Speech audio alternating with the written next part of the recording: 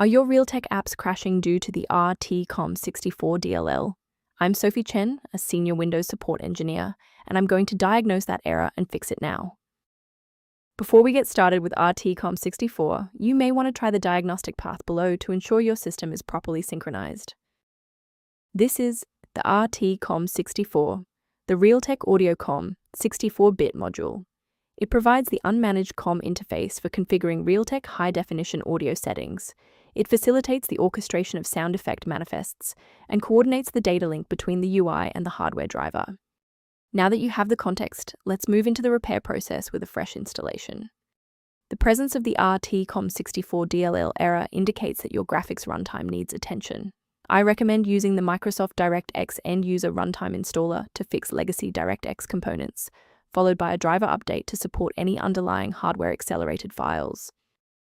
When a standard reinstall doesn't cut it, we move to advanced diagnostic steps to ensure the system is properly configured.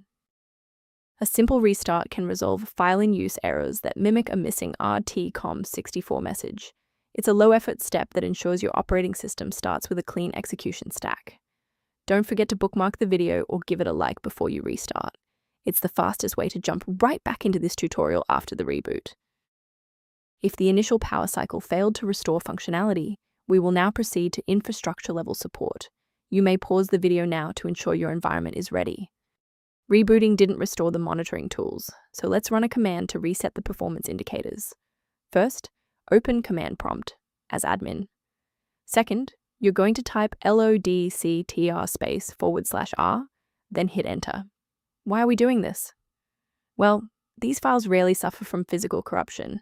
Instead, their registration in the performance hive becomes desynced.